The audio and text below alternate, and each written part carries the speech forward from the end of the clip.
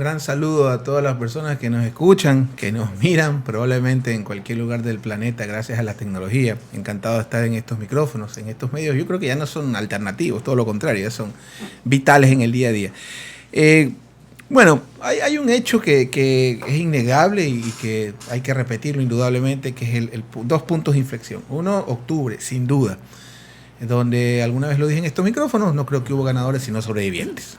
Dos sobrevivientes, uno desde la gestión, el gobierno, que al final del camino siguen ahí, a pesar del 90% de rechazo de Moreno, que es un caso de estudio. Al contrario, yo creo que la comunicación o la gestión es extraordinaria porque los logran sostener. Y un sobreviviente, digamos, que es la novedad electoral, la CONAIE como opción, o los indígenas como opción o alternativa electoral, que es algo que antes no sucedía cuando ellos, digamos, regresaban a sus cuarteles en los páramos, digamos, después de las protestas, ¿no? Eso genera un campo de inflexión que de alguna forma altera total y absolutamente el escenario. Para mí, y esto es una apreciación con mucho respeto, el proyecto Nebot 2021 se terminó el momento que se subió a la tarima a defender a Moreno. Creo que fue una postura y por lo menos si se terminó, no se terminó porque no tenga opciones. Yo creo que Nebot es quizás la más fuerte y la más formal de las opciones de la derecha, pero desde la óptica, porque si la lectura es sacamos a Jaime una vez que estemos seguros que ganamos en primera vuelta, eso no va a suceder jamás. Pero podrían pelearlo, pero en esto se necesita contundencia y no la veo o no la percibo. Y eso de alguna forma altera o configura el escenario. Entonces es una alternativa. Yo todavía no me atrevería a apostar hasta que Nebot sepamos qué va a suceder finalmente. Claro. Un lazo insistente, un lazo en los mismos parámetros, una campaña que a veces creo que es más en inglés o más digital, más para el público de Netflix, de las redes, que nunca supo capitalizar políticamente el resultado de las últimas elecciones. Una CONAIE como alguien cuando se encuentra una mina y no tiene idea qué es lo que tiene que hacer. Con todo respeto lo digo. O sea, ahí hay fuerza, pero desorden. Sí, no hay norte. ¿Qué fuerza? Yo creo que es un movimiento respetable y al menos yo reivindico las marchas sociales porque todos los grandes logros en la historia de la humanidad han sido producto de las protestas. No habría libertad de expresión, no se acaba la esclavitud, no había independencia, no había república si no hubiera la protesta social como tal. Porque una cosa es vandalismo y otra cosa es terrorismo. Yo creo que son dos cosas totalmente diferentes, las dos cosas penales. Pero percibo una CONAIE como una alternativa fuerte electoral, pero todavía proyectándose como un etnomovimiento más que un movimiento político, digamos, nacional. Y esa proyección, se lo pongo un ejemplo. Cuando usted ve la foto, toda la comunicación, siempre es Vargas, digamos que es el policía violento, e Isa, que creo que es un hombre muy formado. Me falta un mestizo en el medio, no sé, un hombre como usted en esa foto, ¿no? Un hombre como gente con ese perfil, ¿no? Entonces yo siento que el movimiento todavía tiene más una proyección étnica y el momento que se empiecen a proyectar como un movimiento nacional, donde, insisto, la impronta no sea el garrote, el palo, etcétera, yo creo que eso es una alternativa muy fuerte a tomar en cuenta. Y obviamente un correísmo que sin duda tuvieron un director de campaña extraordinario que es el gobierno nacional, que se encargó 24/7 de cada día recordándonos y sentir una suerte de como miedo, nostalgia, ¿no? Y de que el pasado fue mejor. Y eso se refleja, no lo digo yo, en la gran mayoría de estudios de opinión. Ahora, esto puede generar alianzas, me decía un colega suyo, una alianza indígenas, correísmo. Yo creo que electoralmente sería muy eficiente, pero no sé si duraría hasta la posesión. Claro. No sé si de ganar en primera vuelta llegaría, no sé, lo veo bastante difícil. Pero bueno, eso con una derecha con un camino incierto, pero con cuadros a futuro. Creo que Otto es una apuesta interesante al mediano, largo plazo, tal vez un plazo de no menos de 5 o más de 10 años. Hoy lo veo muy difícil porque liderar o encabezar un gobierno con 90 rechazos, licenciado. O sea, 90 rechazos es algo ya. Maduro tiene 30 aceptación. O sea, ya es un tema, ya es no sé, no podría definirlo, esto es por una tesis doctoral. Pero otro no deja de ser una alternativa e incluso lo veo. A menos que haya un desmarque en los últimos meses, ¿no? Ya es muy tarde. Yo lo veo difícil. Yo creo que la opción de Otto sería que haya una coalición de fuerzas, digamos. Las coaliciones funcionan. Yo creo que el mejor intento... Las coaliciones que aclaró el Partido Social Cristiano, a lo mejor... sí, pero yo a los políticos no les creo, no porque sean mentirosos, sino porque son políticos, ¿no? Y generalmente esa fue una crisis que hace adentro y creo que los políticos en general sobredimensionan las redes, ¿no? Hoy los políticos están más preocupados creen que las crisis se resuelven con troles, pues nosotros estamos totalmente perdidos. Estamos trolizados. Total, pues usted cree que se va a posicionar porque tiene una cuenta creada ayer que le hace barro, o sea, estamos totalmente locos en ese ¿Por qué contexto? Si es que, y discúlpeme, no? corríjame si yo Con lo todo entendí gusto. mal, si Nebot ha dejado, de acuerdo a su análisis, de ser una fuerte opción como para poder ganar un proceso electoral en el 2021, igual de todas las tendencias están en la expectativa de qué decida Nebot. O sea, si no tiene fuerza, ¿cómo es que me preocupa o me interesa tanto saber qué derrotero va a tomar? Si va a ser candidato, si no va a ser candidato, ¿a quién va a respaldar? A ver, hay un detalle aquí. Porque alguien que no tiene fuerza ni peso simplemente puede hacer caer o levantar y no importa lo que haga o deje de hacer. A partir del 96, al menos en Guayas, salvo el caso cuando fue licenciado prefecto o intentos, digamos, en el ámbito local, siempre en el Guayas, por lo menos después del 96, Nebot como que decide, eso creo que fue decisión propia, a manejarse en el ámbito regional, que creo que lo hizo bien, porque manejó unos ámbitos de coexistencia, tanto con Correa como en este caso la prefectura en su momento. Coexistían, que no es lo mismo que convivir. Yeah. En este proyecto Nebot 2021, que en ese camino a proyectarse nacionalmente, desde mi punto de vista, la postura que tomó en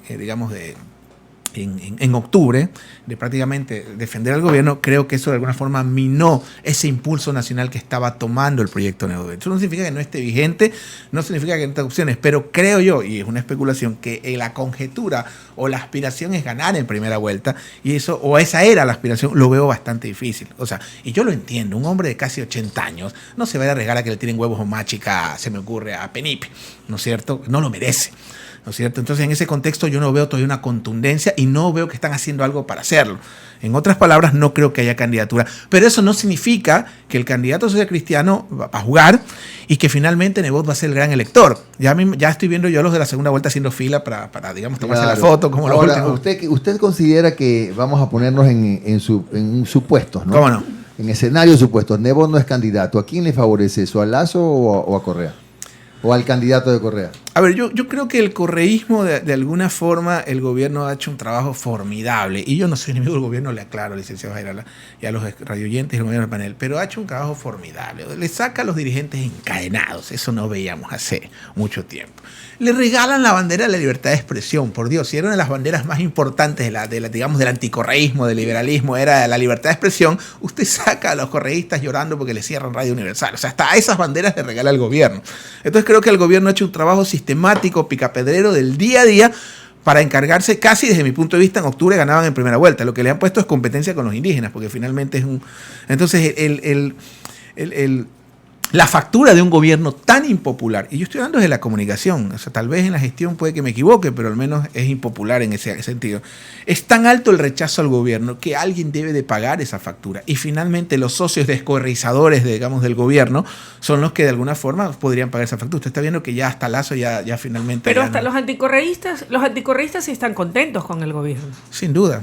O sea, no es que todo el mundo no está sin duda, pero hay un rechazo, digamos, de 90% que tiene el gobierno nacional, y generalmente hay una suerte de coexistencia. Le pongo un ejemplo. Plazas como Guayaquil, había gente que rechazaba y criticaba a Nebot, pero votaba por él.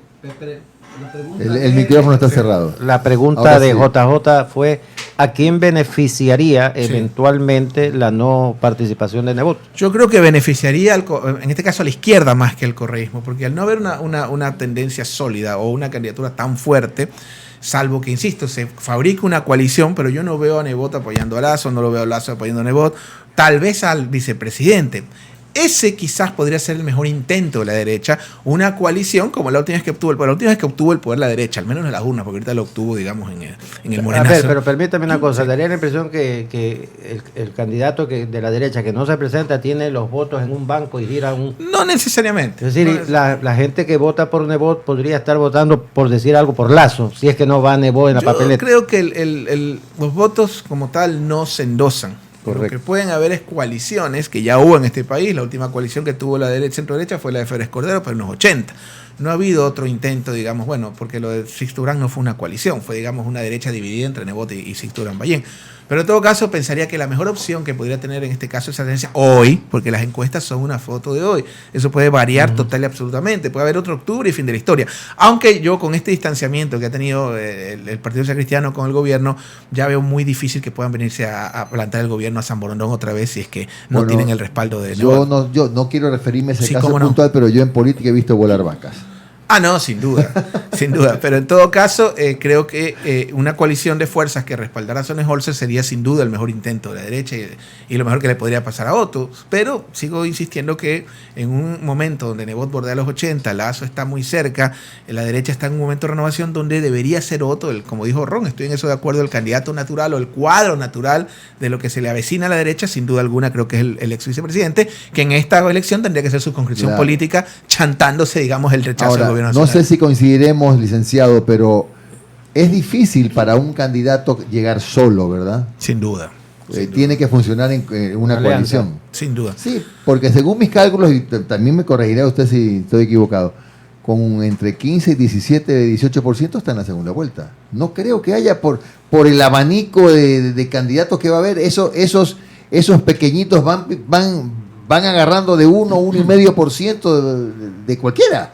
Por eso digo yo no creo, puede pasar lo que pasó con Álvaro Noboa, me parece, y no me acuerdo con quién pasó la segunda vuelta con poco más de 15 puntos. Mire, usted me acaba de nombrar un fenómeno de la comunicación política que no tiene explicación, porque a veces el tema no es la encuesta. Usted con una encuesta, yo creo que el 99% las lee, pero solo el 1% lo sabe interpretar en la opinión pública. Con Álvaro Noboa pasa algo súper curioso, ¿ya? En casi todos los estudios de opinión que he podido ver, en una primera vuelta queda cuarto, de quinto para abajo. En una segunda vuelta hipotética le gana a todos. Entonces son cosas de que no tienen explicación. Esa es la opinión pública, ¿no? Entonces tú dices, ¿por qué Álvaro queda de quinto para abajo y en los ejercicios hipotéticos de segunda vuelta Álvaro le gana a cualquiera? A quien sea, a Correa, a Nebot, a Lasso, a cualquiera, al outsider enmascarado. Son razones ¿No será por el rechazo a los partidos políticos tradicionales, que a lo mejor está fortalecido después de lo que ocurrió en octubre? Es que la sociedad finalmente a veces actúa como una persona. Tal vez en esta no, probablemente en la siguiente, pero eso de alguna forma terminan siendo una serie de variables y de especulación. Finalmente el bolsillo, digamos, es el mejor termómetro, como diría, el órgano más sensible del ser humano, decía el general Perón, es el bolsillo. Y obviamente en un momento donde hay una recesión política, donde se dan cosas curiosas, que los sectores empresariales han pedido la conducción de la economía durante 10 años y cuando lo conduce uno, digamos, el caso de Martínez, tenemos 3 años de recesión, creo que eso da lecturas bastante interesantes para entenderlo. ¿Y quién tendría más opciones indistintamente de la tendencia a la que represente? ¿Un costeño, un serrano o alguien del oriente? Bueno, el tema regional está, digamos que, superado hace bastante tiempo, ¿no? Generalmente Correa era un liderazgo nacional y si usted se percata, tenía los dos que tenía. Velasco Ibarra era un liderazgo nacional. En ocasiones hay fuerzas regionales que se imponen, probablemente en esa etapa que Correa denominaba la partidocracia, de los 80 hasta principios del 2000, sí hubo una regionalización de fuerzas, donde era la ADP, la ADP y la Izquierda Democrática por Quito, acá era el Partido Social Cristiano, PRE y PRIAN, pero generalmente hay etapas y etapas. Yo creo que el tema regional todavía es un tema que tal vez tenga más peso en una elección seccional, en una elección de alcalde, o una elección de prefecto, pero yo no lo siento, no lo percibo, al menos desde el ámbito, tal vez hasta lo ideológico, porque sin duda alguna hay movimientos, insisto, que tienen ya que ampliarse. Pero va a depender de a quién escojan como binomio, porque tendrán que buscar un punto de equilibrio, de si el uno es de la costa, buscar a alguien de la sierra. Sin duda, eso sí, estamos hablando de la cabeza. Sí, claro, sí, sin duda. Claro, es que hay fenómenos políticos. Correa podría darse el lujo de poner a Glass, con todo respeto a Glass, que era como el amigo de él desde la infancia. Oiga, licenciado, dígame, hay una pregunta que nos envía el público que es interesante, ¿no? ¿Cuál es el margen de acción que tiene el gobierno ahora después de la ruptura del acuerdo político con Bin Badi, aunque no es oficial pero sí con Creo? ¿Qué margen de acción tiene? ¿Cómo va a gobernar? Y sobre todo en el medio de una crisis económica que se va a agravar seguramente, como yo decía, porque este año hay que pagar también los bonos del 2014. A ver, otro fenómeno de la investigación. Si bien es cierto, el 90% rechaza al gobierno, el 92% no le cree al presidente, el 80% no quiere que se vaya. O sea, me explico. ¿Cómo es eso? Es que son las cosas que uno... Le voy a poner otro ejemplo. México. O sea, quiere que termine el periodo. Sí. O sea, la gente es como el mal menor, es como digamos que ya, ¿cuánto falta? O sea, si usted se pone a ver, y eso pasa, le ponía el ejemplo a Álvaro Noboa, le voy a poner un ejemplo cuando yo trabajaba en México. Si usted se va a Ciudad Juárez, le pregunta a la gente, el 90% te dice su mayor problema, la inseguridad, sin duda. Y cuando usted pregunta qué opinas de la imagen violenta que tiene la ciudad, te dicen, no, es una exageración de los medios. O sea, la opinión a veces tiene... Entonces, en el caso, por ejemplo, de Moreno, sí, lo rechaza el 90%, pero el 80% no quiere que se vaya. Quiere claro, que termine termine. su periodo, es como, ahora te haces cargo. No, bueno, se te ocurra. A lo mejor es que hemos madurado un poquito como demócratas, quizás, no sé, ¿no? Pero ve usted, si usted se preguntaba hace un rato, licenciado, que el trabajo de comunicación más bien es buenísimo porque se sostiene. Entonces entendamos que a lo mejor es que ojalá sea eso, que hemos madurado y tampoco es que queremos otra vez volver a los tiempos soy honesto, en que había las postas de presidente. Yo al principio creía que la comunicación del gobierno estaba en manos de Kiko y el Chavo.